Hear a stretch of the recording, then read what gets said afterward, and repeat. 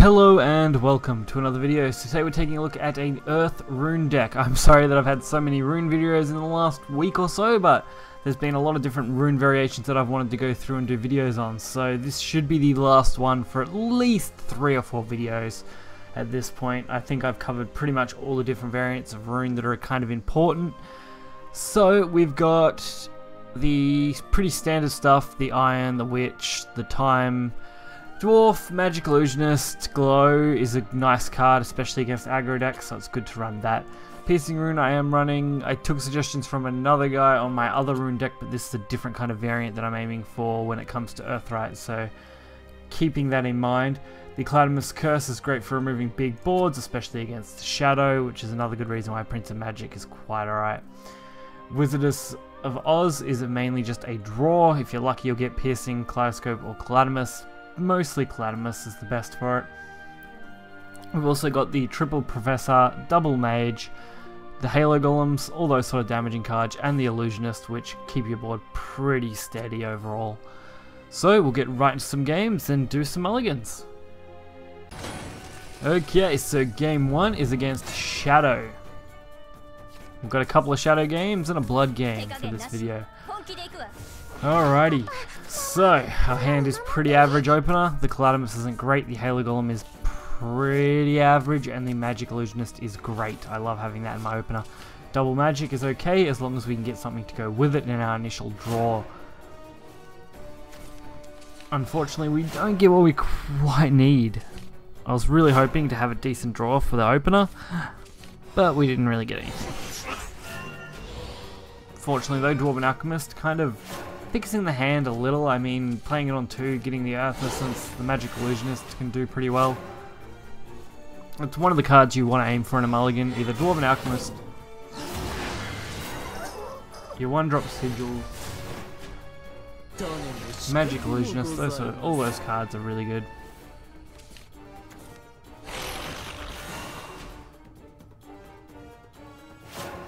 So they play Bone Chimera. Not much to do against that. I mean, Prince of Magic would be great, easy to remove them, but we just pretty much set up our board so we can get in that damage while keeping those Magic Illusionists alive thanks to the Earth Sigils.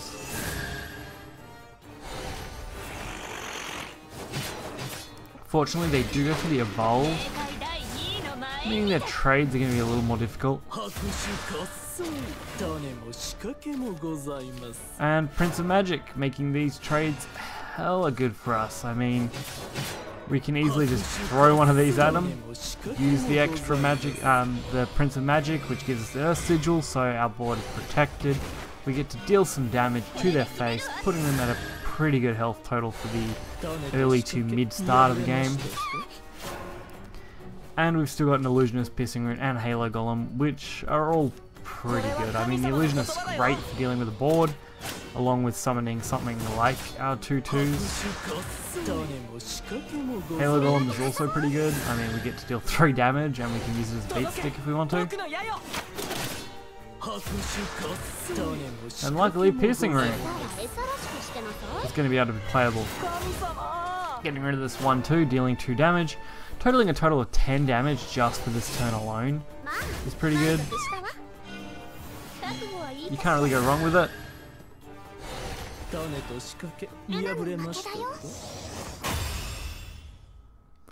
And they realised that and concede. Limited their shadows and they couldn't really do anything else. Next up, we have Blood. Little Vania doesn't know what's going to hit her. So Professor Taboo's first thing to drop. Dwarven Alchemist and Red Hot are actually alright, so we'll keep those, and the Halo Golem is an okay 4-drop when you've got a hand like this. I mean, we can Dwarven Alchemist turn 2 or Red Hot, and then vice versa, depending on how we want to use them. So we can kind of just mix and match our combos, especially now that we have another Red Hot and Glow. They do go for that early Blood Wolf, so we can tell they're probably playing aggro Blood, playing that out early. Fortunately, Red Hot set up, throw them out more of those amulets so we can just use them later on. And then we get the Blood Fed. Great. Lucky Glow actually does a pretty good job at getting rid of the 1-4. Which is what I decided to go for. I mean, why not? We can also set up the Witch's Cauldron if we so want to, giving us that potential draw in the future. I like to have at least 2 to 3 amulets on board with this deck, and then kind of be able to proc them as I go. You don't really have any reason to not have at least 2 or 3 on the board. And we can actually take advantage of the Dwarven Alchemist's Evolve stats, which is good. Usually I don't take advantage of this like this, but just happen to all line up really nicely, meaning that Master Mage is going to actually get some decent value against aggro blood.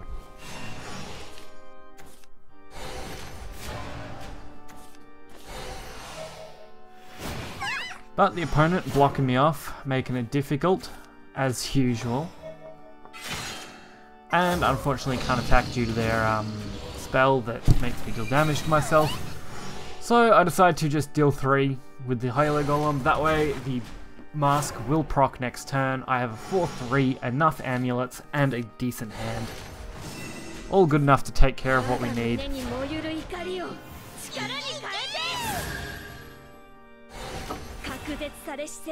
But they do go for the 6-5 Dark General,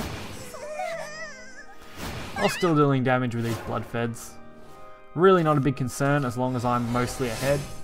And from here I can pretty much just deal damage. I mean, we're going to set them to 5 here with Master Mage for lethal next turn, thanks to the fact that the Blood Fed will pretty much go off. Actually, I think it'll be 1 off lethal.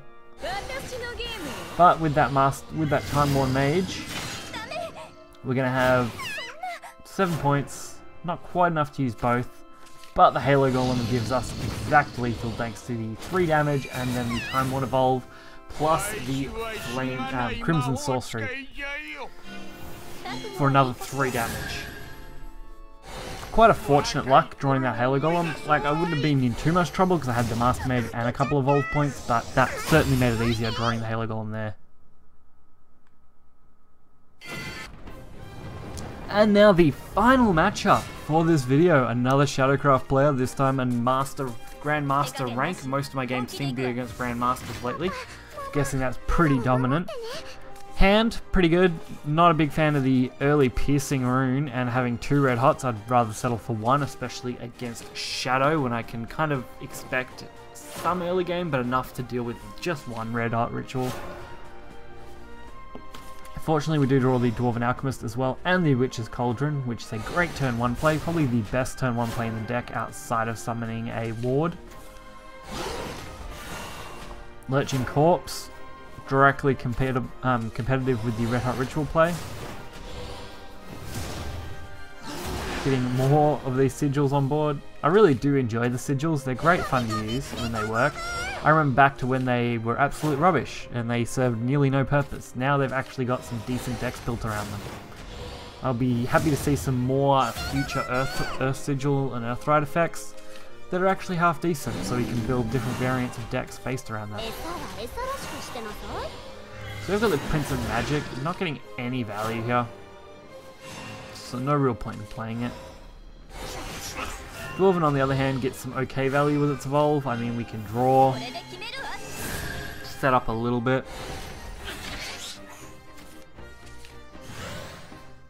We also get the Piercing Rune down to 2. It's much better when Piercing Rune cost 1, but a little overpowered. Altered Fate, so I'm guessing some form of PvP deck, or they're just using it as a way to build shadows quickly for other plays. PvP is an interesting one to put in Shadow, and something that I may test out in the future. Definitely a risky card. So, Magic Illusionist, a great play here, especially with the Piercing Rune. They've already got heaps of shadows, so it makes no difference if I just kill 1 more. And the Magic Illusionist, if they do kill it, will proc a draw and free up a board space for Professor of Taboos, which can then pretty much absolutely decimate these boards. So they go for the draw with the Widow, trading into my Magic Illusionist.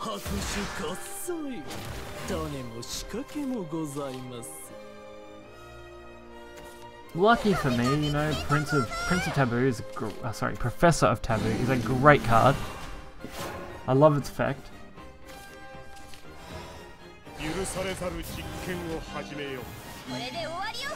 I do use it as a beat stick. If I have space, I could have summoned an extra zombie, but getting one I'm pretty okay with.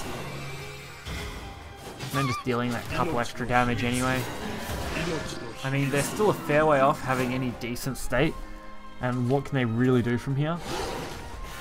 So, Legend Corps, they have a 1 in 3 shot of doing something good. That's probably the worst thing for them to hit because it does just summon itself. They probably want to be Taboo hit. And Master Mage, great play, being able to deal 3 damage to them, plus the 5 and 2, giving us a total of 10 damage for the turn, putting them on 3 and leaving them open to the Halo Golem along with a double zombie combo. Just an amazing way to use that. Giving us a nice little boost to our board and making it really hard for them to ever come back.